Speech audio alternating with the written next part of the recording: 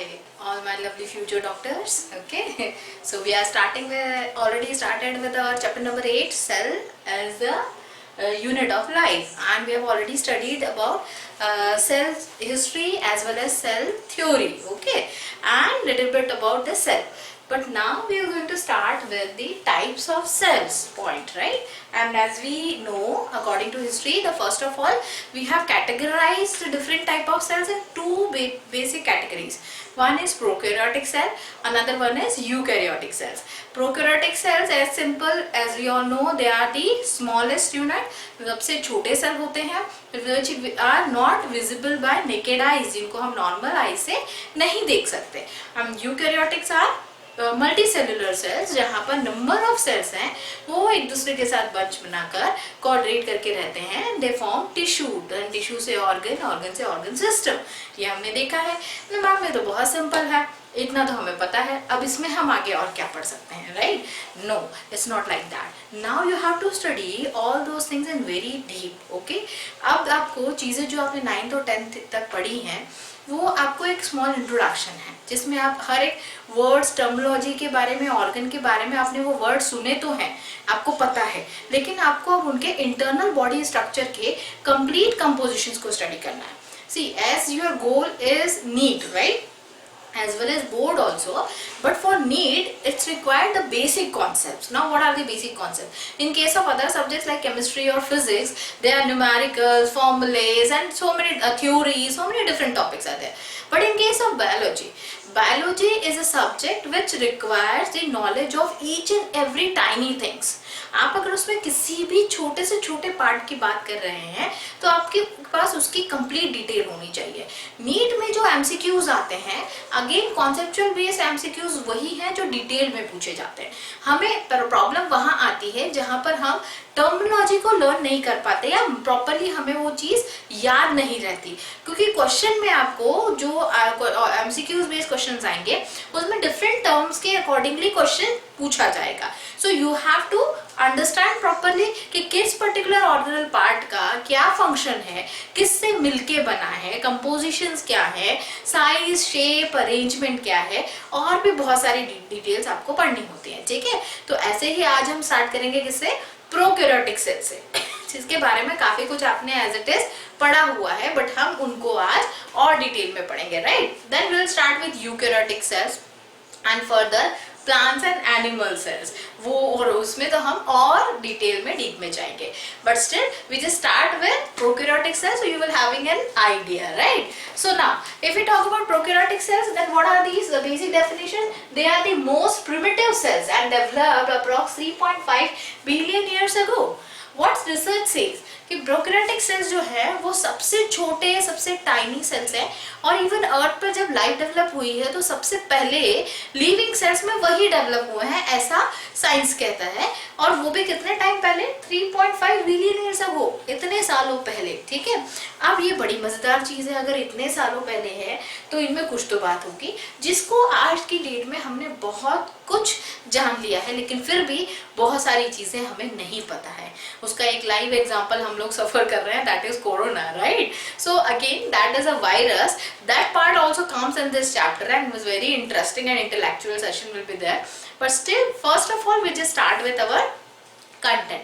सो prokaryotic cell की एक special property है जो मुझे तो बड़ा पसंद आता है, दैट इज वो ऐसी चीज को ढूंढना जो हमें दिखाई ही नहीं देती है, राइट? मतलब जो दिख ही नहीं रहा है, इन्हें विजुअलाइज नहीं है normally, and we have to understand about that. और मजे की बात यह है कि उसको जानना, देखना, समझना और उसके स्ट्रक्चरल एनालिसिस को भी पढ़ना कितना इंटरेस्टिंग है, राइट? और हर बार आपको कुछ नया मिलेगा, है कि नहीं? अब ह्यूमन के बारे में पढ़ना, एनिमल के बारे में पढ़ना, प्लांट्स के बारे में पढ़ना, दैट इज इजी. आंखों के सामने बॉस तो हमें एनालाइज हो जाता है, बट जो दिखाई ही नहीं दे रहा उसके बारे में पढ़ना, it's a big task and very interesting session. So हम आज उसके बेसिक्स के बारे में पढ़ेंगे. हम स्टार्ट करेंगे उनके चीज के किसके बारे थ्रू? कैरेक्टरिस्टिक्स के थ्रू. देखो, अगर आपको जैसे ही बोला जाता है वर्ड प्लांट, है ना, डू वन थिंग, अपनी आंखें बंद करो और मैं जो वर्ड बोलूं आप जस्ट इमेजिन योरसेल्फ कि आपके सामने क्या इमेज आ रही है. Okay, so first will start. Close your eyes. 1 plant, 2 dog, 3 cat, 4 human, 5 donkey. Open your eyes. Now just realize, are you agree with me? जैसे ही मैंने सबसे पहले प्लांट कहा तो आपके आंखों में, आपके दिमाग में एक इमेज आई कि it's a green kind of leaves, है ना, और प्लांटी स्टेम होगी, लीफ होगी, फ्लावर होगा, इस तरह की इमेज आई, right. If I tell dog तो आपको उसका पूरा शेप नजर आया होगा, डॉग्स का पूरा जो शेप होता है, माउथ है, 4 लेग है, टेल है, ये चीजें आ गई। अगर कैट बोला तो कैट का पिक्चर आपके सामने आया, डॉगी बोला तो उसका भी पिक्चर आया, और ह्यूमन बोला तो हमारा एक बॉडी टेक्सचर सामने आया, right. So this is what, this is our imaginary power, how it works. वो क्या है जो हम विजुअलाइज करते हैं, जो हम देखते हैं, वो हम रीड करते हैं, हमारा ब्रेन रीड करता है और हम उसके हिसाब से उस चीज को समझते हैं। लेकिन मजे की बात यह है कि माइक्रो ऑर्गेनिज्म तो दिख ही नहीं रहे हैं। Prokaryotic cells are what, bacterias and micro organism. तो इन्हें देखने के लिए हमने हिस्ट्री में भी देखा किस चीज का यूज होता है, that is microscope. And study of prokaryotic cell and और study of micro organism is also known as microbiology. It's a special subject, right. तो अब हम यहाँ पे अगर हम किसी माइक्रो ऑर्गेनिज्म को पढ़ रहे हैं, किसी बैक्टीरिया को पढ़ रहे हैं, तो उसके भी बेसिक कैरेक्टरिस्टिक होने चाहिए कि नहीं होने चाहिए। जैसे अभी आपने इमेजिन किए कि प्लांट है तो वो बेसिक कैरेक्टरिस्टिक है कि उसका एक स्टेम है, लीफ है, फ्लावर है, ये चीज उसमें है ना। ह्यूमन का कैरेक्टरिस्टिक क्या है आपके सामने, भैया 2 हाथ हैं, 2 पैर हैं, एक सिर होगा, 2 आंखें होंगी, these are the basic characteristics. तो ऐसे ही प्रोकैरियोटिक सेल की भी बेसिक कैरेक्टरिस्टिक्स होंगी, ओके। तो वो क्या है, देखिए सबसे इंपॉर्टेंट चीज, जो पर्टिकुलर बैक्टीरिया होगा उसका एक स्पेसिफिक साइज, शेप और अरेंजमेंट होता है, लेकिन वो हम तब आइडेंटिफाई कर पाते हैं जब उसको विजुअलाइज करते हैं माइक्रोस्कोप में, राइट। तो हम साइज, शेप, अरेंजमेंट पे तो बाद में आएंगे, उसके पहले हम उसके स्ट्रक्चर एनालॉग के थ्रू आएंगे। तो देखो उसमें कैरेक्टरिस्टिक में सबसे पहले क्या है, prokaryotic cells are covered with a single membrane system. They have a particular outer main membrane structure, है ना। उसमें ये है, किसी भी बैक्टीरियल सेल को आप जब भी स्टडी करेंगे तो सबसे पहले उसका आउटर बाउंड्री स्ट्रक्चर जो होगा वो एक सिंगल मेम्ब्रेन लाइक स्ट्रक्चर होगा, है ना। और उसको एक सिस्टम वर्ड इसीलिए दिया है क्योंकि वहां पर, अब आप बोलोगे कि मैडम इसको ऐसे क्यों बोल रहे हो, आप पूरा एक सिंगल मेम्ब्रेन स्ट्रक्चर क्यों बोल रहे हो, वो तो सेल वॉल कहलाती है, राइट, या फिर सेल मेम्ब्रेन बोल सकते हैं, बिल्कुल सही है। ये आपने 9th और 10th स्टैंडर्ड तक पढ़ा है, but now you are in higher standard. So in case of cell membrane or cell wall, it is not only a particular cell wall or cell membrane. It's basically a system which is composed of 3 different layers. वो क्या होता है वो आगे देखते हैं, पहले हम दूसरी चीज और देखते हैं। Next one is genetic material. It's not enclosed with any membrane. Hence, it lies in contact with cytoplasm. So it is known as nucleoid. मतलब एक बेसिक कैरेक्टरिस्टिक बैक्टीरियल सेल का क्या है, उसका एक आउटर मेम्ब्रेन लाइक स्ट्रक्चर होगा, जो एक उसकी सिंगल स्ट्रक्चर मेम्ब्रेन होगी, इंटरनली एक जेली लाइक स्ट्रक्चर होगा जो साइटोप्लाज्म कहलाएगा। उसके अंदर जो मेन कंपोनेंट है that is genetic material which may be DNA and RNA, so which will be a DNA and RNA. So वो एक जेनेटिक कंपोनेंट प्रेजेंट होगा, लेकिन उसकी सबसे इंपॉर्टेंट कैरेक्टरिस्टिक क्या है कि जो जेनेटिक मटेरियल है यानी डीएनए और आरएनए जो है वो उनकी कोई इंटरनल मेम्ब्रेन नहीं होगी, यानी उनका कोई न्यूक्लियस नहीं होगा। प्रोकैरियोटिक सेल का एक स्पेसिफिक न्यूक्लियस नहीं होगा जिसके अंदर वो जेनेटिक मटेरियल प्रेजेंट हो। प्रोकैरियोटिक सेल में जेनेटिक मटेरियल एक थ्रेड लाइक कॉम्प्लेक्स स्ट्रक्चर की तरह फ्री फॉर्म में साइटोप्लाज्म में ट्रैवल करेगा।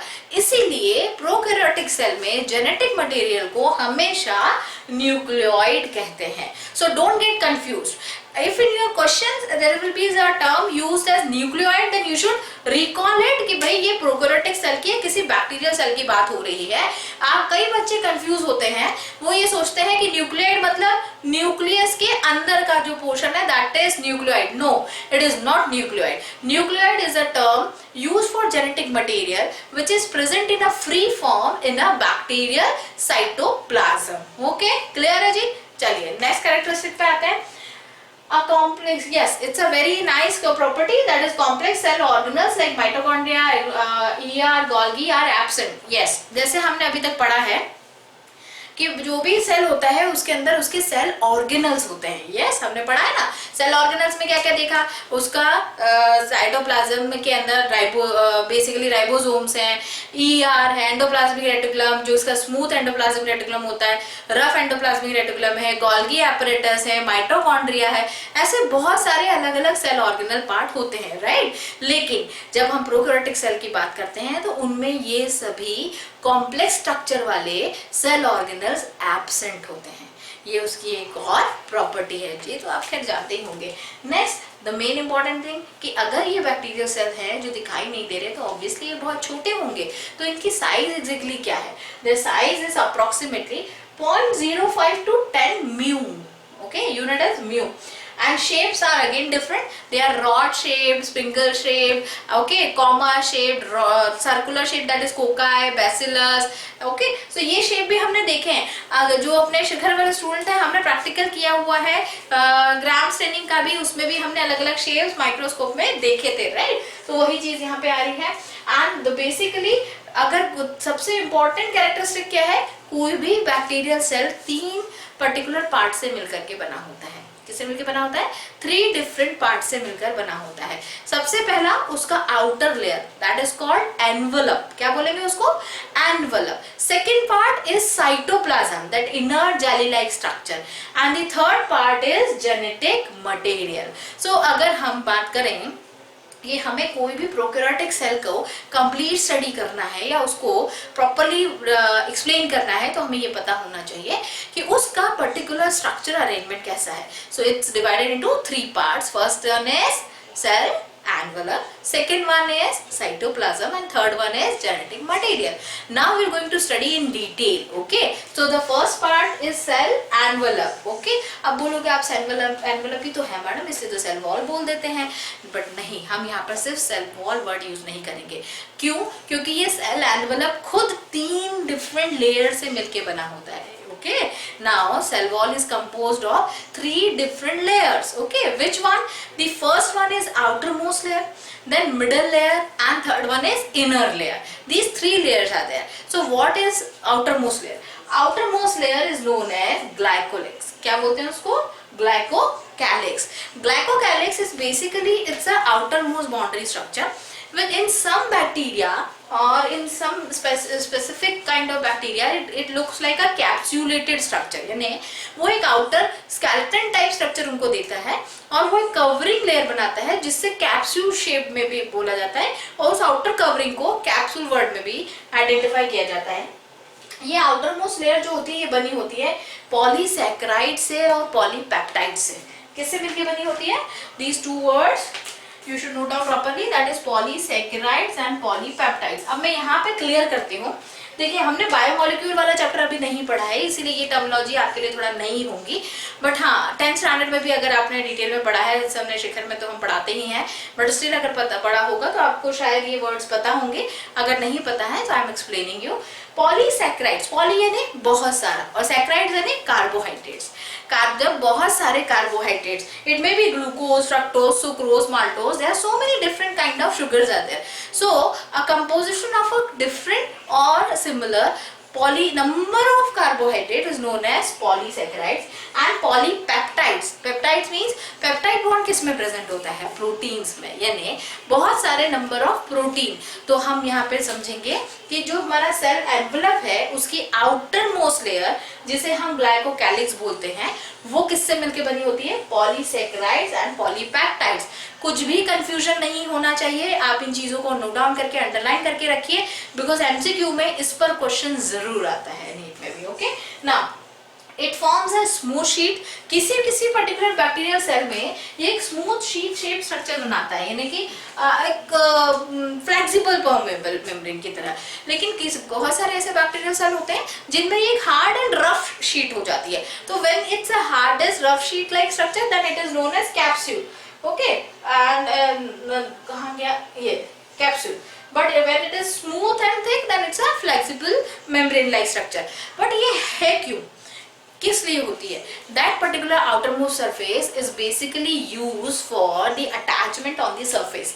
देखो जैसे हम अलग अलग जगह रहते हैं ना, कोई दिल्ली, कोई पंजाब, कोई यूएस, कहाँ कहाँ रहता है, सब अपने अपने घरों में होते हैं, हम सर्वाइव करते हैं। ऐसे ही ये जो माइक्रो ऑर्गेनिजम्स हैं या प्रोकैरियोटिक सेल हैं, इनका भी रहने की अलग अलग जगह होती है। कुछ होते हैं जो पानी में रहते हैं, एक्वेटिक मीडियम में रहते हैं, कोई नॉर्मल बेस पे रहता है, कोई एयर मीडियम में रहते हैं, कोई सॉइल में होते हैं, फूड पे होते हैं, बहुत सारी जगहों पे होते हैं। तो जहाँ कहीं भी ये माइक्रो ऑर्गेनिज्म, ये बैक्टीरिया या प्रोकैरियोटिक सेल, जो भी आप कहना चाहें, ये जब सर्वाइव करते हैं किसी एक सरफेस पे जाके स्टिक होते हैं, तो उस सरफेस पे स्टिक होने के लिए, चिपकने के लिए और वहाँ फर्दर ग्रो करने के लिए ये outer most layer of which one glycocalyx helps to stick on the surface. Okay, clear है जी? So this is the basic use. Now we'll talk about the second one, that is innermost layer. Then the innermost layer is cell, not innermost. We'll talk about middle layer first. So outer layer, then middle layer is known as cell wall. Now you should point out this thing. हमें हमेशा word क्या use करना है? Cell envelope, because the middle layer is known as cell wall. क्यों ऐसा? It protects the cell and provides shape composed of polysaccharide and amino acids. देखो यहाँ पे देखो, तीनों जगह ध्यान देना, हर जगह तीनों की कंपोजिशन अलग है। जो एक सेल एनवेलप है outermost layer bacterial cell का, ये देखो ये मैंने बनाया है यहाँ पे इस डायग्राम में। तो ये तीन पार्ट में डिवाइडेड है। फर्स्ट वन इज ग्लाइकोकैलिक्स, जो किससे मिलकर बना है? Polysaccharides and polypeptides. Second one is cell wall, which is responsible to provide a particular texture, a shape and the arrangement of a cell। यानी कि वो बैक्टीरिया कोकाई शेप्ड होगा, bacillus shaped है, रॉड शेप्ड है, sprinkle shaped है, किस तरह के शेप का है, उस शेप के लिए रिस्पॉन्सिबल कौन होती है? सेल वॉल होती है। और ऐसा क्यों होता है? क्योंकि ये सेल वॉल किससे मिलके बनी है? Again polysaccharides. पॉलीसैकेराइड मतलब क्या है, आपको समझ में आया? Plus amino acids. Now amino acids are what? Amino acids are again these are the biomolecules. ये ऑर्गेनिक कंपाउंड्स हैं।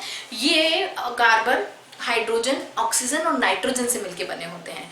आज की डेट में एनवायरमेंट में total 20 amino acids are known and 22 means 2 amino acids are unknown. Total 22 amino acids are there, but आप अगर books में पढ़ेंगे तो आपको 20 का ही काउंट मिलेगा। तो वो जो 20 अलग अलग अमीनो एसिड्स हैं, इन अमीनो एसिड्स की number of different amino acid की क्लब चेन बनती है और फिर जाके वो एक प्रोटीन को फॉर्म करते हैं, राइट? प्रोटीन बनाते हैं। ये हम बायोमोलिक्यूल वाला चैप्टर अभी जब करेंगे ना, तब हम इनके सारे शेप और अरेंजमेंट बनाना सीखेंगे। पूरे 20 टाइप के अमीनो एसिड के स्ट्रक्चर भी हम बनाएंगे, जो आपको लर्न होना बहुत जरूरी है। That I will teach you, don't worry. तो वही अमीनो एसिड तो यहाँ पर यूज हो रहे हैं किसमें? सेल वॉल के स्ट्रक्चर में। और चूंकि वो नाइट्रोजनस बेस कंपोनेंट है, they are very strong, so when they both of them get compiled, they give a particular texture. एक टाइट बॉन्डिंग उनके बीच में होती है, जो एक स्ट्रक्चर को और प्रॉपर शेप को मैनेज करने के लिए रिस्पॉन्सिबल होती है। ठीक है ना?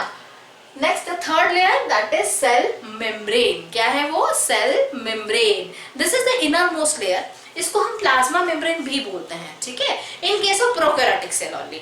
किसमें बोलेंगे? प्रोकैरियोटिक सेल्स में जो इनर मोस्ट लेयर है उसे सेल मेम्ब्रेन या फिर प्लाज्मा मेम्ब्रेन बोलेंगे। ये बेसिकली एक सेमी परमिएबल मेम्ब्रेन होती है। सेमी परमिएबल मेम्ब्रेन क्या होती है? अब जल्दी से अपने 9th स्टैंडर्ड को याद कर लीजिए। ऑस्मोसिस और डिफ्यूजन याद है ना?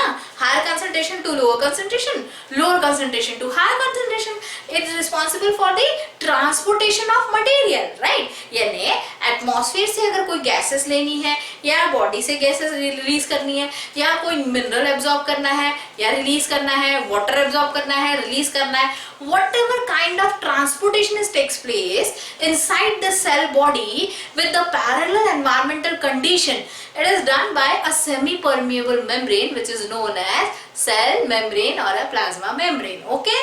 तो जो एक बैक्टीरियल सेल है उसकी जो इनर मोस्ट लेयर है वो बहुत इंपॉर्टेंट है, बिकॉज वो रिस्पॉन्सिबल होती है हर तरह के ट्रांसपोर्टेशन के लिए। लेकिन मेम्ब्रेन खुद ही ट्रांसपोर्टेशन नहीं कर पाती। That is very interesting thing. कैसे? जैसे हमारी बॉडी में अलग अलग एंजाइम और हार्मोन्स होते हैं ना, हमने डाइजेस्टिव सिस्टम में पढ़ा है, माउथ में सलाइवरी एंजाइम है कार्बोहाइड्रेट डाइजेशन के लिए, स्टमक में अलग है, इंसुलिन अलग है, हार्मोन एंजाइम है ना फंक्शन के लिए। ऐसे ही बैक्टीरिया की बॉडी में भी एंजाइम्स होते हैं। Okay. So one of the enzyme is responsible for the respiration, ठीक है, उसका नाम मैं आपको आगे बताऊंगी। वो पर्टिकुलर एंजाइम जो है वो यहाँ पाया जाता है किसमें, इनर मोस्ट प्लाज्मा मेम्ब्रेन के अंदर, जो रेस्पिरेशन कराने में हेल्प करता है। In bacterial cell either it's aerobic और एनारोबिक, याद है ये दोनों टर्म।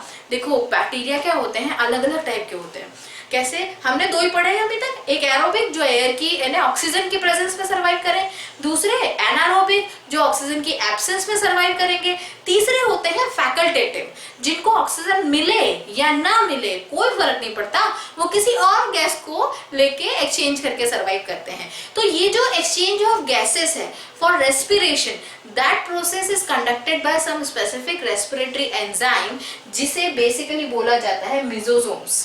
क्या बोला जाता है, मेसोसोम्स। ये यहाँ पे आएगा, बाकी मैंने आपको अभी बता दिया। मेसोसोम्स जो प्रेजेंट होते हैं कहाँ पे, इनर मोस्ट प्लाज्मा मेम्ब्रेन के साथ अटैच्ड होते हैं। जो देखो यहाँ डायग्राम में देखो मैंने बनाए हुए हैं, ये मेसोसोम्स बना है, ये प्लाज्मा मेम्ब्रेन के साथ में अटैच होते हैं और ये हेल्प करते हैं कंप्लीट फूड ट्रांसपोर्टेशन की, एयर ट्रांसपोर्टेशन की, मिनरल्स की, न्यूट्रिएंट्स की, बॉडी वेस्ट की, whatever kind of exchange they need to do, they do with the help of plasma membrane. Okay, लेकिन ये किससे मिलके बने होते हैं, अब देखो यहाँ इसकी कंपोजिशन भी याद करनी पड़ेगी ना, फंक्शन समझ में आ गया। अब ये बने होते हैं एक बायलेयर्ड फॉस्फोलिपिड और प्रोटीन से। थर्ड लेयर की कंपोजिशन चेंज हो गई, किससे बने हैं, बायलेयर्ड फॉस्फोलिपिड यानी लिपिड, फॉस्फोलिपिड यानी जब फॉस्फेट और लिपिड फ्यूज होते हैं दैट इज फॉस्फोलिपिड, और उनकी डबल लेयर होती है, दो लेयर। अभी हम आगे फर्दर जब पढ़ेंगे ना इसके बाद यूकैरियोटिक सेल के अंदर, तब हम इनमें यूकैरियोटिक सेल की सेल मेम्ब्रेन का स्ट्रक्चर लर्न करेंगे, तब वहां पे आपको ये बायलेयर कॉन्सेप्ट क्लियर होगा, क्योंकि वहां एक कंप्लीट स्ट्रक्चर है। ठीक है, अभी आप इतना ही याद रखिए। वो यहाँ पे क्या है, दो लेयर है फॉस्फोलिपिड की जो प्रोटीन के साथ अटैच्ड है।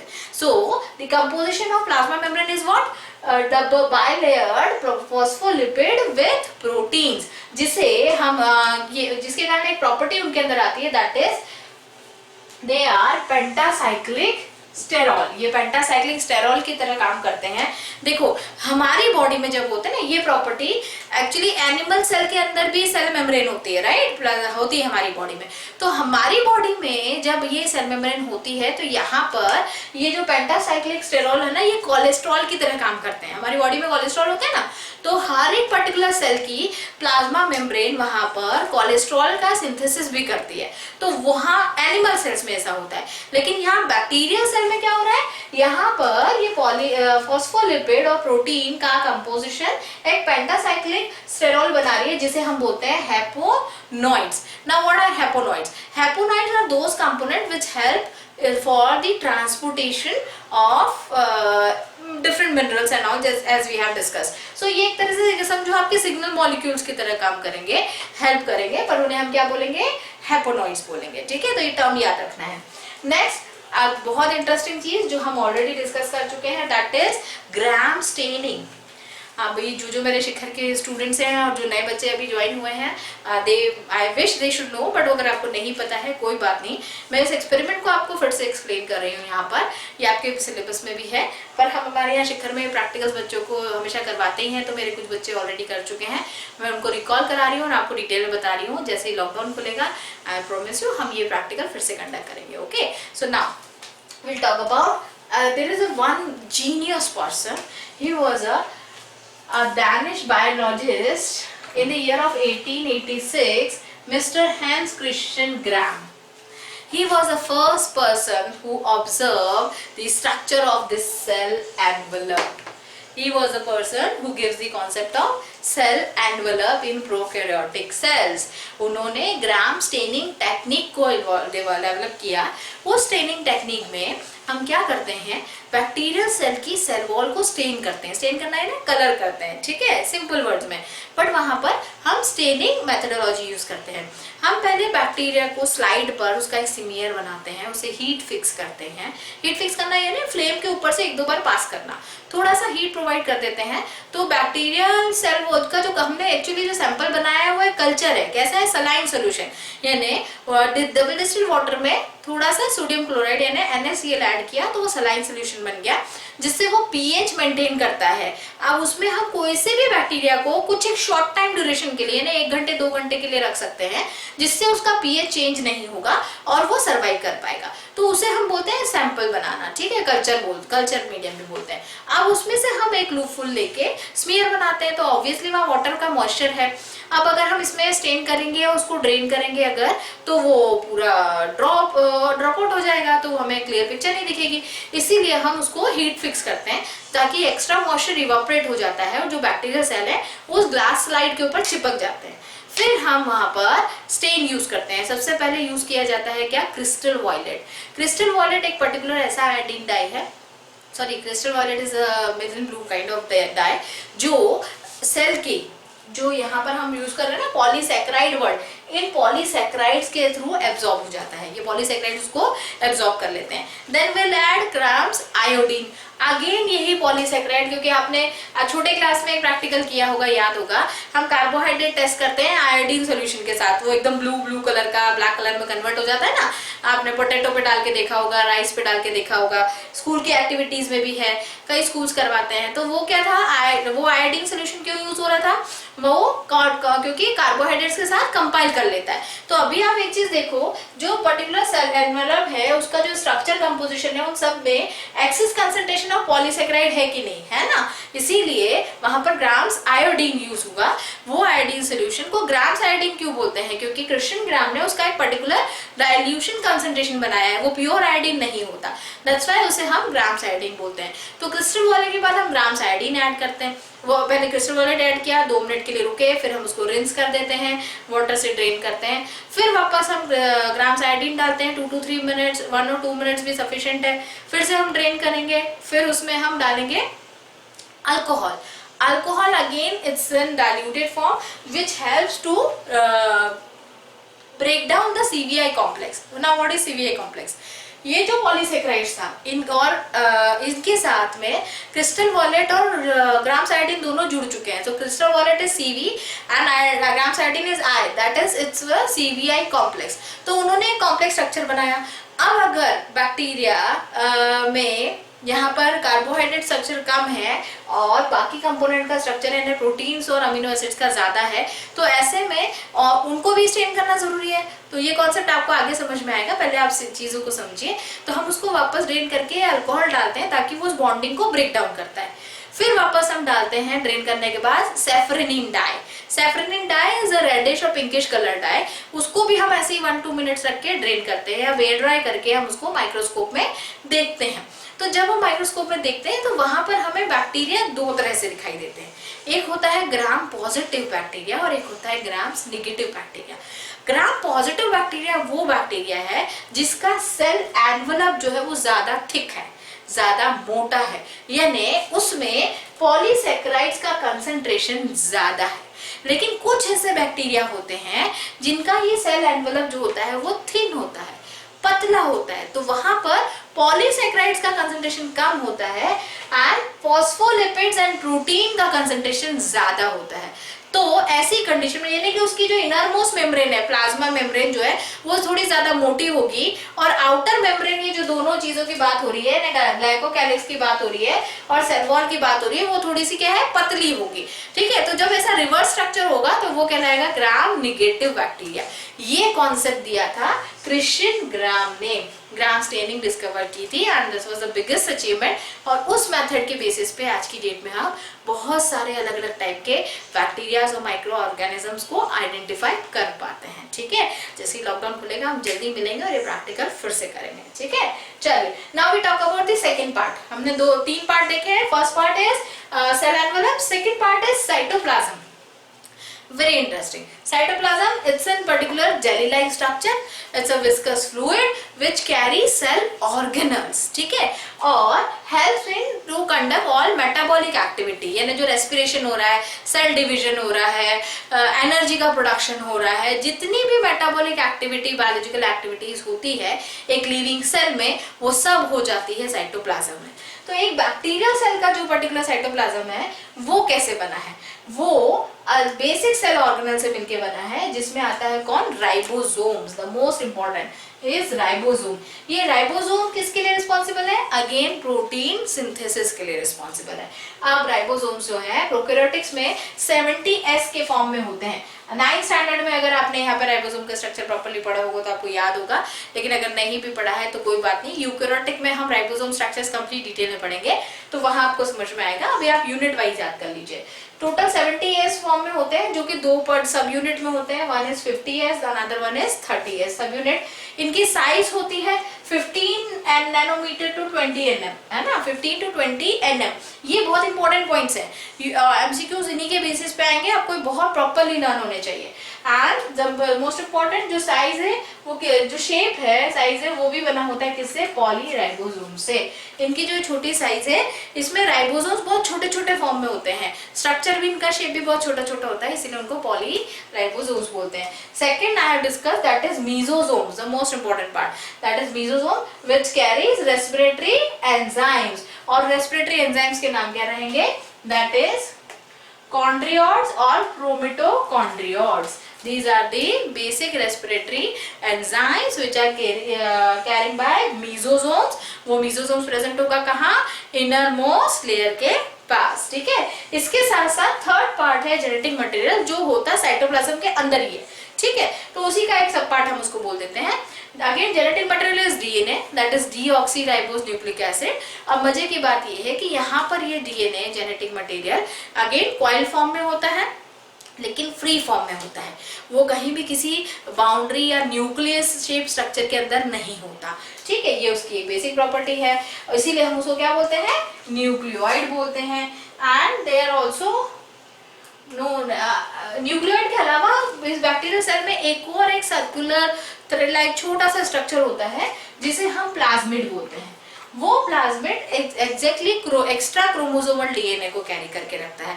मतलब दो पार्ट में आप ऐसा बोल सकते हो कि डीएनए जो होता है एक प्लाज्मिड के छोटे से सर्कुलर फॉर्म में भी प्रेजेंट होता है।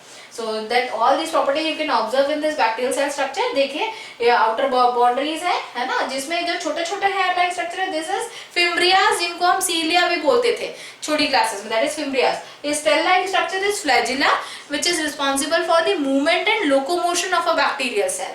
Okay, then outermost layer this one is capsulated structure, ये glycolysis से बना हुआ है। middle section is cell wall जो हमने यहाँ पे डिस्कस किया।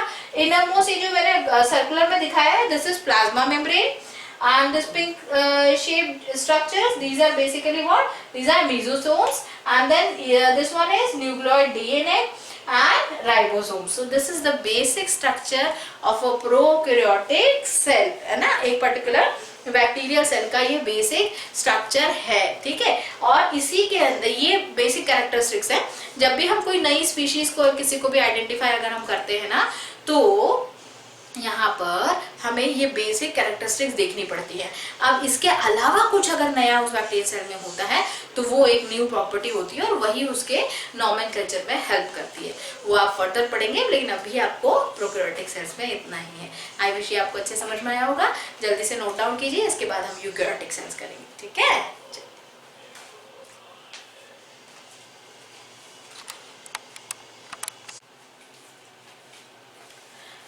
So we have discussed prokaryotic cells, okay? उनकी डिटेल भी हमने देखी। Now we are going to discuss about eukaryotic cells। ये भी और मजेदार है। यूकैरियोटिक सेल्स जो हम बेसिक उनके बारे में क्या जानते हैं, जो ये हायर लिविंग ऑर्गेनिज्म में होते हैं, बहुत सारे सेल्स एक साथ होते हैं, इस तरह की प्रॉपर्टी हम जानते हैं, right. But they are different from prokaryotes, हमें ये भी पता है, लेकिन एग्जैक्टली क्या डिफरेंस होता है ये पहले हमें समझना है। इसके बाद हम प्लांट सेल और एनिमल सेल को प्रॉपरली लर्न करेंगे, ठीक है, with their individual organ details. हाँ, मैं काफ़ी डीप में पढ़ाती हूँ। नीट के पैटर्न में आपको बहुत सारी चीज़ें एनसीईआरटी में नहीं मिलेगी। मैं आपको बहुत सारी चीज़ें एड ऑन बताती हूँ जो नीट के लिए बहुत इंपॉर्टेंट है।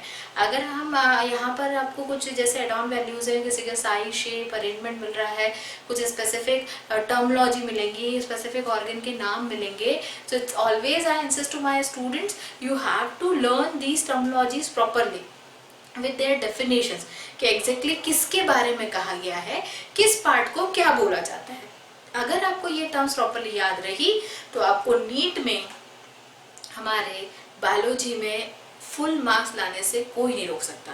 और ये बात आप भी बहुत अच्छे से जानते हैं कि अगर बायोलॉजी में आपने फुल तो चलो ठीक है बच्चे लाते हैं, है ना, अगर आप फुल से 5-6 मार्क्स कम भी लिया ना, इट्स ओके, चलेगा। और अगर वो हॉबी आ जाता है और फिजिक्स केमिस्ट्री में आप अगर 25 क्वेश्चंस भी सही कर देते हैं, so you will get a very good rank to get the admission in good medical college. Okay, चलिए तो अब हम यूकैरियोटिक स्टार्ट करें। तो इसीलिए मैं अपने हर लेक्चर में बताती हूँ कि आप ये ध्यान रखें कि हमेशा आपको चीज़ों को प्रॉपरली लर्न करना है। दूसरी इंपॉर्टेंट चीज़, प्रोकैरियोटिक जो मैंने समझाया है आपको वो एज इट इज़ के सारे नोट्स करने हैं।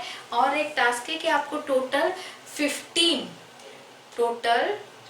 + 5 15 डिफरेंट प्रोकैरियोटिक सेल्स के नाम और उनकी साइज, शेप, अरेंजमेंट गूगल करनी है, ढूंढनी है और उनके स्ट्रक्चर्स भी ड्रॉ करने हैं, ठीक है, और उनकी प्रॉपर्टीज के साथ, है ना। कुछ एक नाम मैं बता देती हूँ, जैसे इस्टीरिया कोलाई हो गया, स्टेफाइलोकोकस हो गया, ऐसे बहुत सारे बैक्टीरियल नेम्स हैं। तो आपको टोटल 15 ढूंढने हैं, उनकी प्रॉपर्टीज ढूंढनी है, उनका डायग्राम बनाना है और उनके साइज के बारे में देखना है, शेप लिखना है और उनका अरेंजमेंट क्या है, फंक्शन क्या करते हैं और कैसी एटमॉस्फेरिक कंडीशन में सर्वाइव करते हैं, ठीक है, डायग्राम के साथ। ये आपका होमवर्क है प्रोकैरियोट्स में। Now will start with eukaryotes. So जैसे पता है कि यूकैरियोटिक सेल्स जो है वो मल्टी सेलुलर ऑर्गेनिज्म में होते हैं, पर इनमें अगर हम कंपैरिजन में देखें तो जो पहली प्रॉपर्टी क्या होती है, इनमें वेल डेवलप्ड न्यूक्लियस होता है। यस, जितने भी प्रोकैरियोटिक सेल्स हैं इनका वेल डेवलप्ड न्यूक्लियस होता है। उस न्यूक्लियस के अंदर क्रोमोसोम्स, डीएनए, आरएनए, प्रोटीन्स और भी बहुत सारी चीज़ें होती हैं। दूसरा, ये जितने भी यूकैरियोटिक सेल्स होते हैं इनके साइटोप्लाज्म में जो सेल ऑर्गेनल्स पाए जाते हैं वो बहुत सारे अलग अलग डिफरेंट टाइप के होते हैं।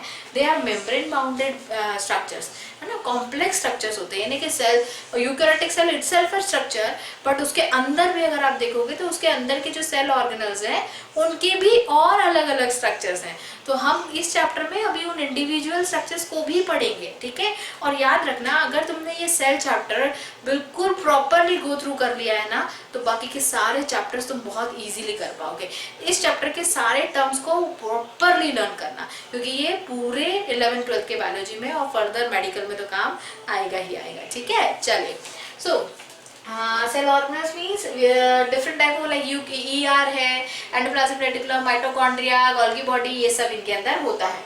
स्पेशल कैरेक्टरिस्टिक्स में क्या है, साइज, सेल की साइज। अब देखो, जितने भी यूकैरियोटिक लिविंग ऑर्गेनिज्म है सब डिफरेंट दिखते हैं, है ना। प्लांट्स अलग दिख रहे हैं, एनिमल्स अलग दिख रहे हैं। अगर हम ह्यूमन की बात करें तो चलो वो भी है, पर हमारी ह्यूमन बॉडी में भी अलग अलग टाइप के सेल्स है, right. We have different number of cells, तो उनका सबका साइज वेरी करता है। लेकिन ये साइज किस के कारण वेरी करता है, सबसे इंपॉर्टेंट चीज, हमेशा यूकैरियोटिक सेल का साइज, पहली बात, उसके सरफेस एरिया सराउंडिंग एटमॉस्फेयर पे और उसके फंक्शन पे डिपेंड करता है कि वो किस तरह का काम करता है और किस तरह के एटमॉस्फेरिक कंडीशन में वो प्रेजेंट है। उसके हिसाब से जो यूकैरियोटिक सेल है उनका साइज डिसाइड होता है। जैसे अप्रोक्सीमेट वैल्यू है 10 to 100 म्यूएल, है ना। यहाँ पर म्यू जो वैल्यू है वो रखी गई है। ये माइक्रोस्कोपिक इमेज हो गई, यानी जब हम किसी यूकैरियोटिक सेल को माइक्रोस्कोप में देखते हैं तब हमें उसकी एक अप्रॉक्स रेंज दिखती है, दैट इज 10 to 100 म्यू। लेकिन मैंने यहाँ काफी सारे एग्जांपल्स दिए हैं, आपको ये भी याद रखने हैं, इनके वैल्यूज याद रखने हैं। फॉर एग्जाम्पल एल्गी, अब एल्गी को हम यूकैरियोट्स में भी काउंट करते हैं और प्रोकैरियोट्स में भी काउंट करते हैं। क्यों करते हैं ऐसा, because algae is having property to do photosynthesis, right. And उनकी प्रॉपर्टी क्या है, उनकी इंडिविजुअल सेल्स आपस में स्टिक तो होते हैं, वो एक्सचेंज नहीं करते, so that's why they are easily visible by naked eyes. So these are the basic reason. But algae के सेल का साइज क्या होगा, approx 10 centimetre long, right. Next one, plasmodium की बात अगर हम करें विवर्स की, तो that is 2 mu long. Ostrich सबसे बड़ा है, तो उसकी साइज है 175 × 135 nm, ये स्टैंडर्ड वैल्यू दी हुई है। ह्यूमन सेल में जो हमारे जितने भी टाइप के सेल है वो 20 to 30 म्यू के साइज में डिफरेंशिएट करे गए हैं। PPLO cell that comes with 0.1 to 0.5 mu. So in that way इनके सबके साइजेस अलग अलग हैं, लेकिन जो साइज वेरी कर रहे हैं वो दो कारण से कर रहे हैं। सबसे पहला, न्यूक्लियोसाइटोप्लाज्मिक रेशियो। हर एक पर्टिकुलर सेल का न्यूक्लियोसाइटोप्लाज्मिक रेशियो डिफरेंट होता है।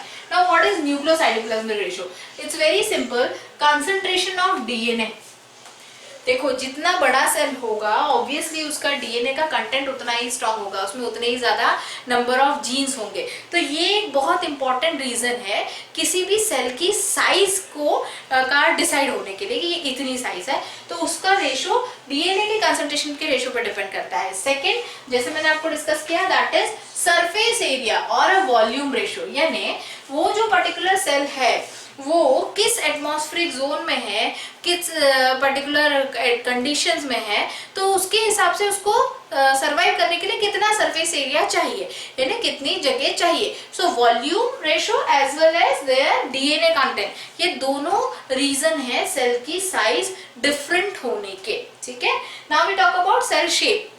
अगेन जैसे उधर प्रोकैरियोटिक सेल के शेप डिफरेंट थे, ऐसे हमारे बॉडी में यानी कि यूकैरियोटिक सेल के शेप भी डिफरेंट होते हैं। वो ऑल शेप हो सकते हैं, राउंड हो सकते हैं, स्फेरिकल हो सकते हैं, क्यूबॉइडल हो सकते हैं, सिलेंड्रिकल हो सकते हैं। So there various type of shapes of cells are available. But again यहाँ पर सेल के शेप अलग अलग होने के लिए 4 रीजन रिस्पॉन्सिबल है। जैसे यहाँ पर 2 रीजन है ना, ऐसे ही यहाँ 4 रीजन है। क्या है? First one is their surface tension and velocity viscosity of the protoplasm. Now what is protoplasm? मैं प्रोटोप्लाज्म में समझा चुकी हूँ, है ना, इसीलिए बार बार बोल रही हूँ, टर्म्स को लर्न करिए। सो प्रोटोप्लाज्म यानी इसके इंटरनल साइटोप्लाज्मिक जोन में का जो मटेरियल है, अब जिस पर्टिकुलर सरफेस एरिया पे उसे रहना है उसके ऊपर डिपेंड करेगा। Number 2, mutual pressure and surface cell surrounding cells, यानी यूकैरियोटिक सेल है तो वो बहुत सारे सेल एक साथ है, जैसे एक है तो 2 सेल और आ गए, 3 सेल और आ गए, तो अब हर सेल एक दूसरे को ऐसे हटा हटा के जगह बनाएगा, है ना, कि खसक जाओ थोड़ा सा, अरे खसक जाओ थोड़ा सा। So that depends in the crowd, cells are in a crowd. तो उस क्राउडेड नंबर ऑफ सेल्स के इंडिविजुअल सेल के सराउंडिंग में उसको कितनी जगह चाहिए और कितना सरफेस एरिया अवेलेबल है, उस म्यूचुअल अरेंजमेंट के ऊपर भी डिपेंड करेगा, म्यूचुअल प्रेशर पे। Second one is rigidity of cell membrane. क्या होता है? सेल मेम्ब्रेन होती है और सेल वॉल भी होता है, यानी कि प्लांट सेल की सेल वॉल होती है, एनिमल्स में सेल मेम्ब्रेन होती है, राइट। तो वो जो सेल मेम्ब्रेन है, अब वो सेल मेम्ब्रेन कितनी थिक है या कितनी थिन है उसके ऊपर भी डिपेंड करता है कि उस सेल का शेप कैसा होगा। नेक्स्ट, वो क्यों बता रही हूँ मैं, क्योंकि उधर ग्राम्स ट्रेनिंग में अपन ने देखा था पॉलीसैकेराइड कंसंट्रेशन ज्यादा है तो सेल की वॉल क्या है, ज्यादा थिक है, मोटी है। अगर पॉलीसैकेराइड कंसंट्रेशन कम है तो वो क्या है, पतली है, थिन है। सो उसी टाइप का कॉन्सेप्ट यहाँ लगता है, वो नहीं लगता बट उसी तरह का कॉन्सेप्ट यहाँ होता है। Last reason that is by the internal environmental and function of cell. अब हर एक सेल अपना अलग अलग काम कर रहा है, ठीक है, हर सेल का अपना फंक्शन है। सो उसके शेप पर उसके फंक्शन का डिपेंड होना बहुत जरूरी है। जैसे हमारी बॉडी का सबसे बड़ा सेल कौन सा है? Nerve cell. क्यों? क्योंकि पूरी बॉडी का एक नेटवर्क लाइक स्ट्रक्चर है और हर एक पर्टिकुलर सेल के साथ उसको कम्युनिकेट करना है, तभी तो हमारा ब्रेन अगर कोई भी मैसेज क्रॉस देगा तो स्प्रेड होगा, वो स्पीड में जाएगा, स्पीड में आएगा। So that communication needed fast. So this is the longest cell of our body जो मिलके नर्व्स को बनाते हैं, तो उसके फंक्शन ऐसे हैं, इसीलिए वो सेल सबसे लंबा है। तो हर एक पर्टिकुलर सेल के शेप उसके फंक्शन के ऊपर डिपेंड करते हैं। Next is number of cells, कि भाई किस लिविंग ऑर्गेनिज्म में कितने नंबर ऑफ सेल्स हैं। प्रोकैरियोटिक में तो कोई प्रॉब्लम नहीं है, वो सिंगल सेल है, एक ही सेल है, बढ़िया है, मजे है, कोई दिक्कत नहीं है। लेकिन अगर यूकैरियोट्स की बात कर रहे हैं तो हम बोल रहे हैं नंबर ऑफ सेल्स है। तो अगर हमको काउंट करना पड़े कि किसी एक यूकैरियोटिक लिविंग ऑर्गेनिज्म में कितने नंबर ऑफ सेल्स है, तो इट्स अ बिग टास्क। कैसे उसको पकड़ पकड़ के गिनोगे क्या, नहीं ना। So there is a standard value. I have given one example like of human only to understand, like अगर किसी, और वो वैल्यू किसके बेस पे, वेट के बेसिस पे, कि अगर किसी ह्यूमन बॉडी का वेट 60 kg है, फॉर एन एग्जांपल, कि वो 60 kg वेट है, तो that is multiplied by 10⁻15 number of cells, ने इतने ज्यादा नंबर ऑफ सेल्स की बॉडी में होने चाहिए। लेकिन यहाँ पे एक पर्टिकुलर मैजिकल थिंग बोलो या एक क्रॉस कॉन्सेप्ट भी है कि किसी भी एक एडल्ट्री ह्यूमन बॉडी के ब्लड की अगर बात करें तो ह्यूमन बॉडी ब्लड में जो कंटेंट होता है दैट इज 30 × 10⁻15 कैप्सूल्स। तो ये रेशो वहां पर काउंट किया जाता है। सो इन दैट वे वेरी करता है, बट नंबर ऑफ सेल्स भी अलग अलग लिविंग ऑर्गेनिज्म में।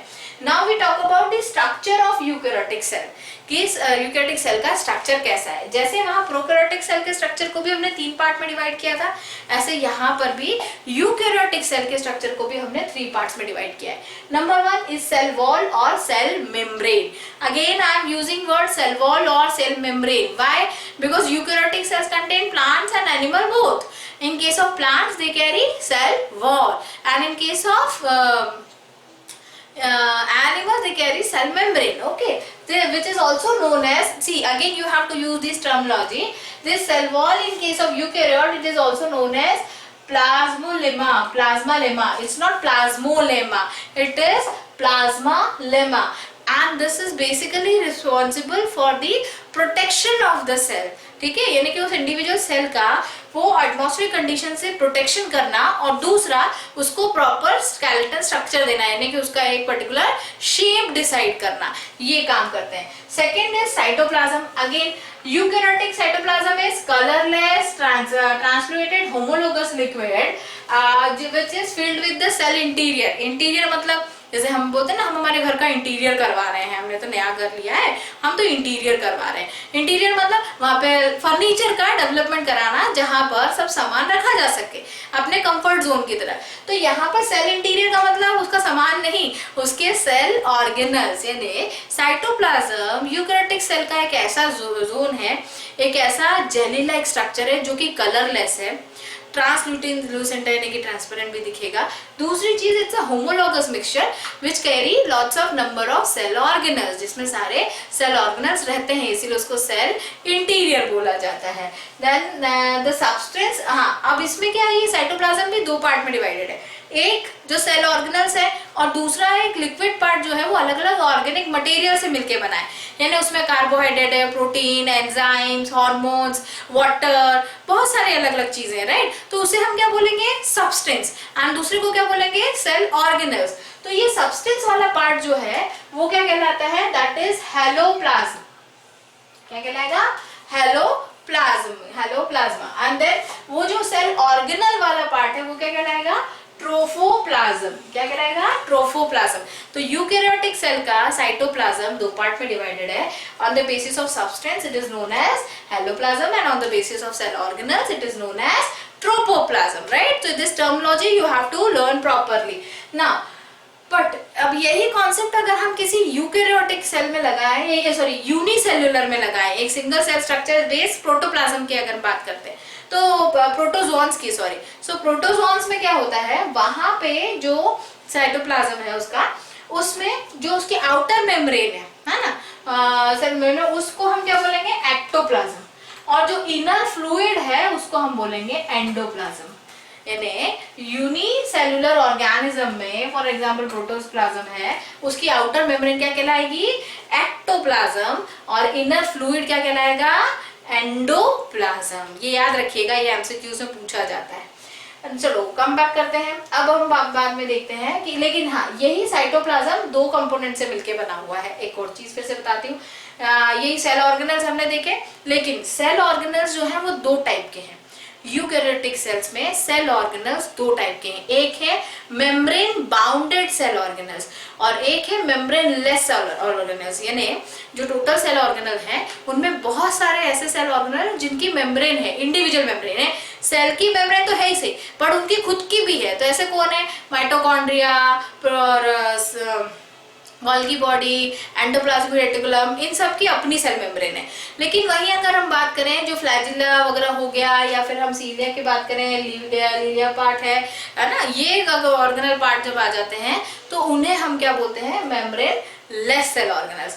एक और वर्ड यूज होता है, that is cell inclusion. What is cell inclusion?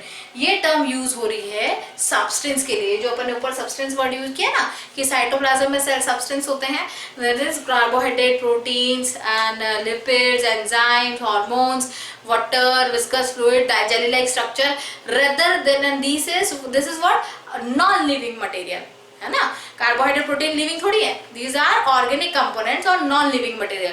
तो जो सेल के साइटोप्लाज्म का नॉन लिविंग पार्ट है उसे हम क्या बोलेंगे, सेल इंक्लूजन. तो अब कभी भी सेल इंक्लूजन वर्ड यूज हो तो एकदम से है नहीं सोचने लगना, ये नहीं सो इंक्लूजन मतलब सेल के अंदर कुछ इंक्लूड होता होगा, ऐसे तुक्का नहीं मारना है, ठीक है. कंसेप्चुअली चीजों को याद रखना है. तो सेल इंक्लूजन क्या है, internal non-living part which is composed of organic components, right? चलिए, and the last part of eukaryotic cell is nucleus.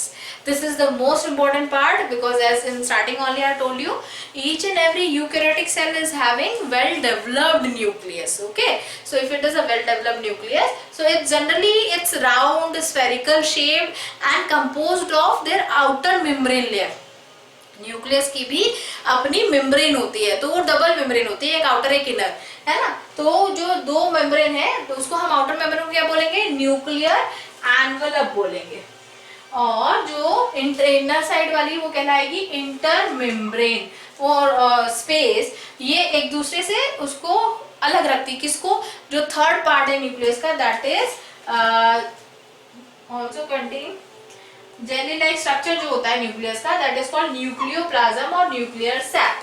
ये जो इंटर मेम्ब्रेन होती है ना, वो एनवलप को, न्यूक्लियर आउटर मेम्ब्रेन को, एनवलप को अंदर के न्यूक्लियोप्लाज्म के साथ से सेपरेट रखती है दोनों से, और ट्रांसपोर्टेशन में भी हेल्प करती है, जिसे हम न्यूक्लियर सैक भी बोलते हैं या न्यूक्लियोप्लाज्म भी बोलते हैं. और ये जो इंटरनल न्यूक्लियोप्लाज्म है उसमें क्या क्या होता है, उसमें क्रोमेटिन फाइबर्स हैं, क्रोमोसोम्स हैं, डीएनए है, आरएनए है, प्रोटीन है, एंजाइम्स है, हार्मोन्स है, बहुत सारी चीजें हैं जो उस एक छोटे से न्यूक्लियस में है, क्योंकि वो न्यूक्लियस ही रिस्पॉन्सिबल है इस यूकैरियोटिक सेल के complete size, shape, arrangement and functioning के लिए. कोई भी चीज हो, कोई भी यूकैरियोटिक सेल अगर किसी भी तरह की एक्टिविटीज कर रहा है, उसकी बॉडी में कोई मेटाबॉलिक एक्टिविटी हो रही हो या उसके फीचर्स हैं, आप किसी भी चीज को देखें तो वो डिपेंड करते हैं उसके डीएनए, आरएनए यानी जेनेटिक मटेरियल पर, और उसे कैरी करता है कौन, न्यूक्लियस. तो हमारा यूकैरियोटिक सेल भी इन सभी कंपोनेंट से मिलकर बना होता है. सिंपल चीजें पहले से पढ़ी हुई हैं, लेकिन यहाँ आके आपको उनको एक स्पेसिफिक टर्मिनोलॉजी में पढ़ना है, स्पेसिफिक ऑर्गेनल पार्ट्स के बेस में पढ़ना है. तो आई विश ये प्रोकैरियोटिक सेल और यूकैरियोटिक सेल दोनों टॉपिक आपको बिल्कुल प्रॉपरली क्लियर हो गए होंगे. अब हम स्टार्ट करेंगे in deep, that is plant cell and animal cell. Definitely उसमें आपको बहुत मजा आएगा, क्योंकि हम हर एक ऑर्गेनल पार्ट को की ऐसी ही डिटेल्स पढ़ने वाले हैं.